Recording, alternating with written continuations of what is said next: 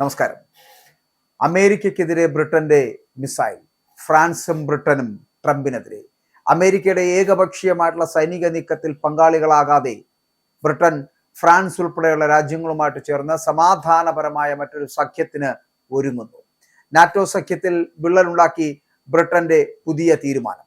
പശ്ചിമേഷ്യയിൽ യുദ്ധഭീതി പടർത്തുന്ന ട്രംപിന്റെ പുതിയ നീക്കത്തിൽ നിന്ന് വിട്ടുനിൽക്കാൻ ഉറച്ച ഫ്രാൻസും ബ്രിട്ടനും ഉൾപ്പെടെ 40ഓളം രാജ്യങ്ങൾ.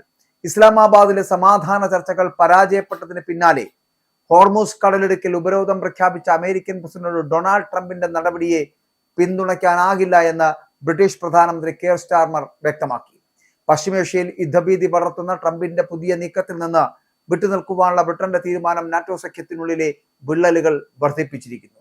ഇന്നു മുതൽ ഹോർമൂസ് കടലിടുക്കിലൂടെയുള്ള ഇറാനിയൻ കപ്പലുകളുടെ യാത്ര പൂർണ്ണമായിട്ടും തടയാനാണ് അമേരിക്കയുടെ തീരുമാനം. പാകിസ്ഥാനിൽ വെച്ച് ഇറാനുമായി നടത്തിയ 21 മണിക്കൂർ നീണ്ട ചർച്ചകൾ പരാജയപ്പെട്ടതോടെയാണ് പ്രകോപനപരമായ ഈ നടപടിയിലേക്ക് ട്രംപ് നീങ്ങി തുടങ്ങുന്നത്. അന്താരാഷ്ട്ര വിപണിയിലേക്കുള്ള എണ്ണക്കളത്തിന്റെ സ്ഥിരാകേന്ദ്രമായ ഹോർമൂസ് തടയുന്നത് ആഗോള സമ്പദ് വ്യവസ്ഥയെ തന്നെ പിടിച്ചുലയ്ക്കുമെന്നുള്ള കാര്യത്തിൽ തർക്കമില്ല.